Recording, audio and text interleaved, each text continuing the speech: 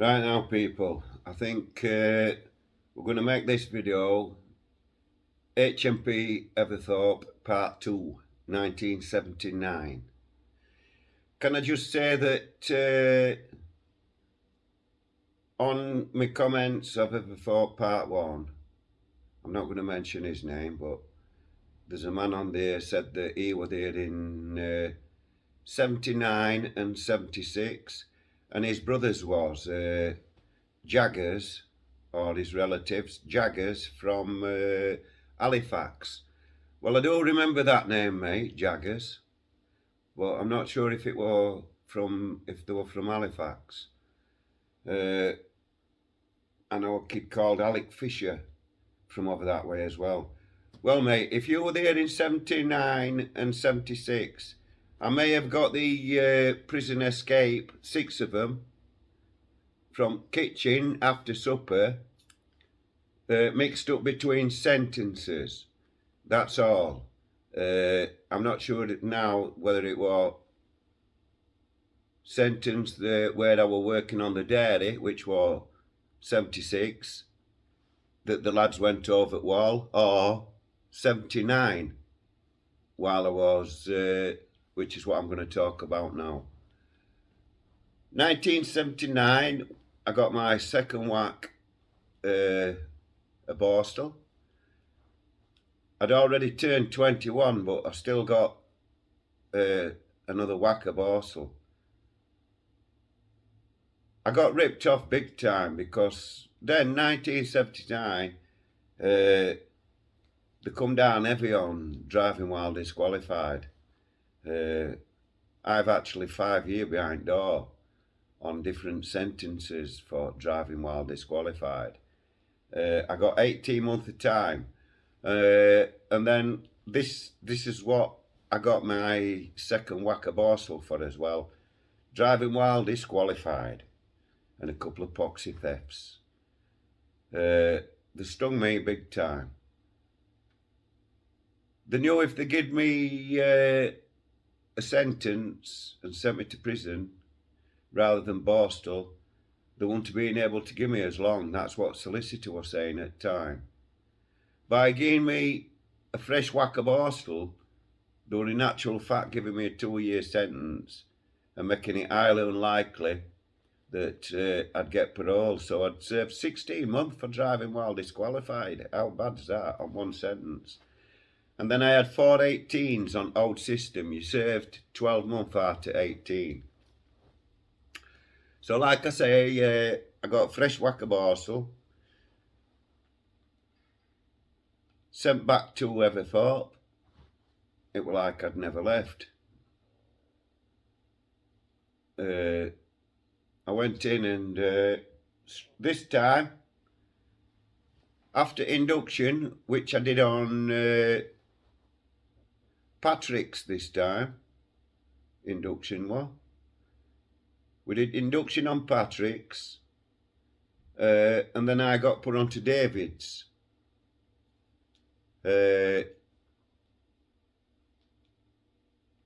Caps won again to start off. Mr. Mac, there were 2 Macs, father and son. Young Mac were my tie officer at time on David's. They were both on David's, worked mainly David's, shall we say. They worked all wings, but mainly David's. And then there was the one we used to call Big Mac, was father, and he was massive, proper massive. Like I say, I was house orderly, so I used to have to sweep the snooker table, because it was a snooker table then, full-size snooker table, table tennis table, and then there was a quiet room where office was as well, and then there was TV room, and you went dark steps into them. Office was next to stairs going up to freeze at far end at wing. And then there were stairs at other end. M1 end, shall we say. And then they had exercise yards at back, same. Their own yard football every week. I used to fucking hate that. That's why I loved it when I ended up on house hardly. I didn't have to do it. Fucking hated that yard football. Mr. Rain, what Jim Screw then, and he was a proper bastard as well. I were no good at football or out like that, so I've never even liked football. I still don't. So I had to do weight training. And like I said, Mr. Rain, he what weights judge. He would a weights judge. I believe he'd been a judge on Olympics. Well, that's what tale that used to go round at the time. One good thing about Mr. Rain, if he had a competition local that he were judging on, he used to take a couple on us off his class, off his night class, as stand-ins. That used to be meant that. He used to fetch us back late as well. And Alt Nick would be all banged down when he took us back. We'd get in all, and Night Cocky, he was mad on showers and that. He'd go, right lad, showers. And Night Cocky, he was whining like folk.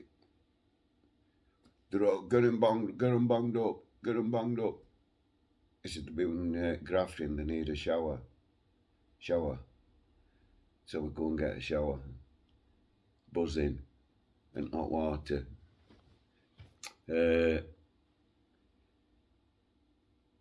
Now, one thing I don't like to remember Everthorpe and this sentence for was, when I went in, I had a 9-month-old son. Called him Michael Ian. And he was one of them that just screamed place down all the time. I actually thought there was something wrong with him at one bit. Took him to hospital and made him check him out. Couple of months old, he used to grab my shirt and in temper, screaming like mad. He used to stand up, I couldn't believe it. And this was just a couple of months old. So when I got to second whack of Borstal, I was in Everthorpe, brewing up one day, and Mr. Matt come in, and he said, bring me a cup of tea to office. So I took him a cup of tea down to other office, and he said, right, I've got something to tell you now from your probation officer, Mr. W.G. Bashforth, head of Wakefield Probation Service, has contacted me and said that your son is being put up for adoption. I said, what are you on about? My son's being put up with for adoption. I hadn't heard naught about this, and he said, well, that's it, this is me telling you now. So anyway, I said, that ain't happening, it's not happening. And he said, well, your girlfriend is saying that she can't cope, she can't look after him, she's not capable. So she's put him up for adoption. So I said, that ain't happening. Take him to my mum's. My mum will look after him while I get out. And he said, no, that ain't happening either. I said, what do you mean that ain't happening? He said, he's being adopted whether you like it or not. You've got no say in matter. I said, what are you talking about? I've got no say in matter, I'm his dad. Fair enough, I'm banged up and I've let him down, but I'm his dad. So anyway, they wouldn't have it. He told me that he were being adopted and I had no say in the matter whatsoever. So anyway, I demanded to see solicitors and all usual things, and they all told me the same thing. I had no legal right to stop it, even though my name was on his birth certificate. I still had no rights. So I started carrying on, like I said, and everything about it. And Mr. Mac got me in office again, and I thought this was pretty mad, really. And he said to me, look, your son's being adopted. Like I've said, you've got no say in matter. He's going to be adopted and that's it. And I said, but how can they do that, Mr. Mac? He said, they can, and it ain't no good trashing your head about it. He said, it's happening. You might as well just get on with your sentence. Keep out of bother and get yourself out as soon as you can. So I took it that he were hinting at my parole.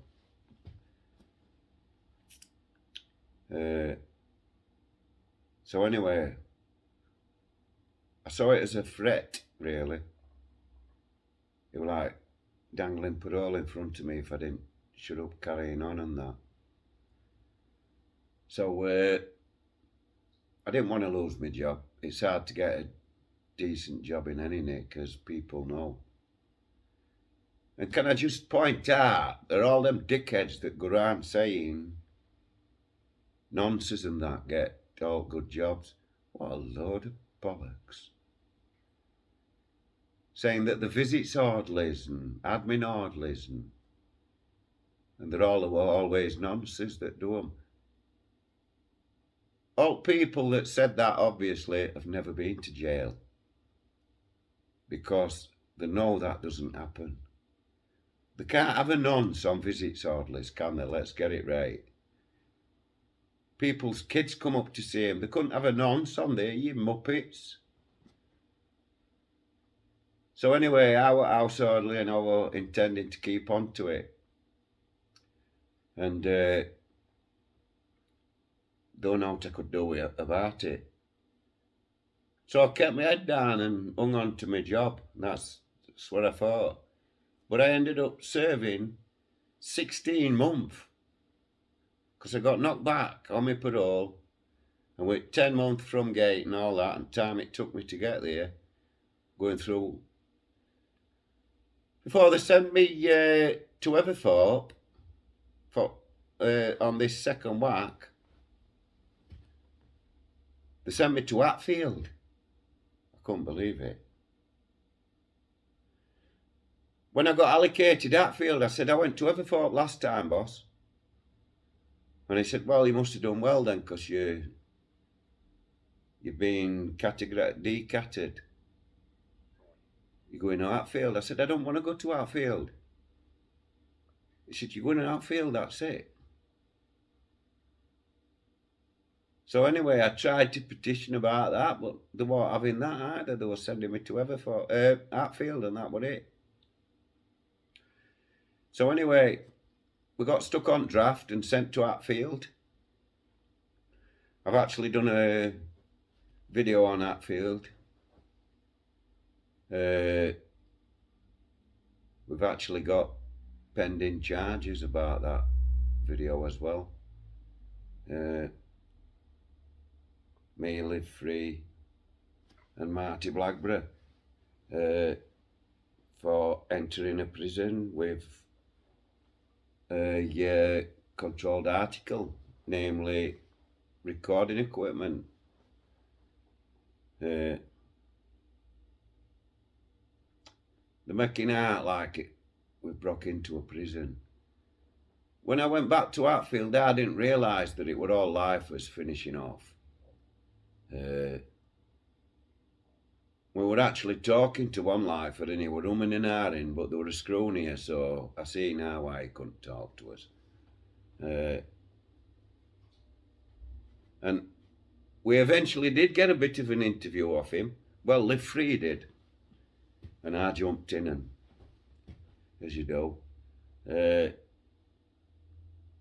But we got sent. I got sent to Hatfield, and then in reception, which is like still reception now, where you go in reception and screws go round back and through back into that big room at back.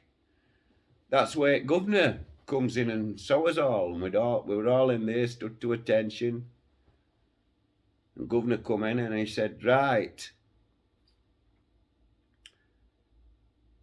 anyone thinking of absconding? I suggest you do it now. If you do it now, I'll give you an hour start before I report it. He said, so I'll give you a minute or two to think about it. And if you're going to go,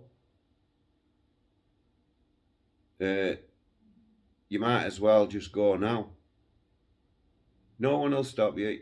Go, I promise you, you'll have an hour start.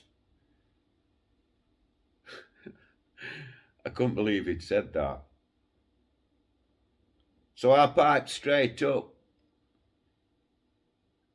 I said, listen, I ain't running off nowhere. I ain't stopping here either. I said, you can get me straight back on that coach and sent back to Strangeways. Because there is no way I'm leaving here unless it's to go down block. So anyhow, they ummed and ahed and everything, marched me off into another room and that. A screw come in asking me, trying to butter me up and all that, saying, listen, it's a good borstal this. You do all right here. I've had a quick look at your record, you should do all right here. And you're going to be out a lot sooner than you would if you go back to everthorpe. In fact, you'll have about 2 months left. I said, listen, I ain't absconding and I ain't stopping here. We're a load of schoolboys, keep off the grass and all that bollocks.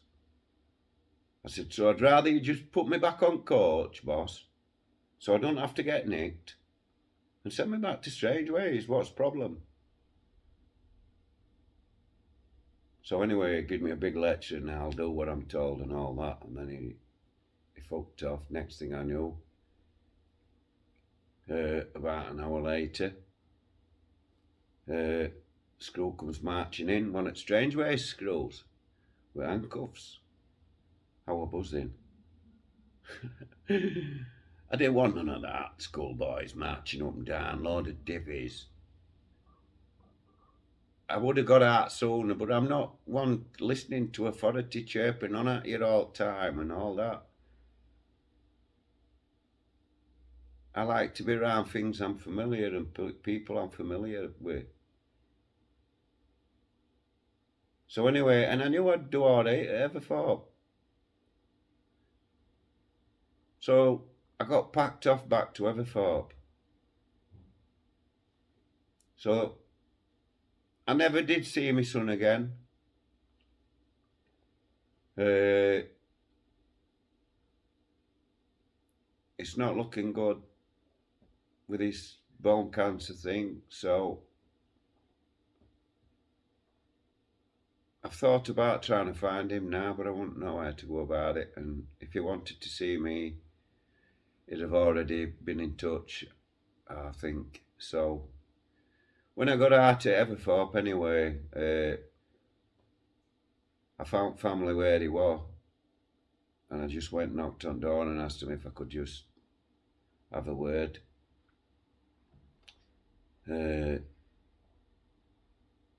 So I spoke to them, and they seemed like nice people. I told them I didn't want to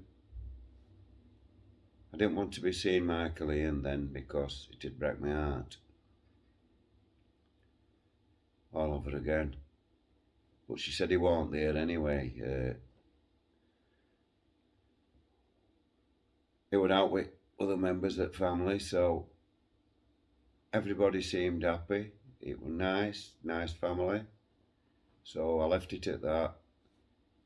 And that was my everthorpe part 2.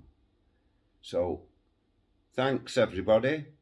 And just to that chap, I do remember the name Jagger, but like I say, mate, my health's not right good at the minute, so if I think about it hard enough, and it will come back to me. The more I think about the everthorpe, the more you remember, and that's how it is.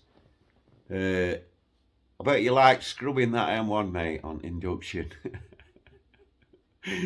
Wow, wasn't that a bad job, that, mate, scrubbing that M1?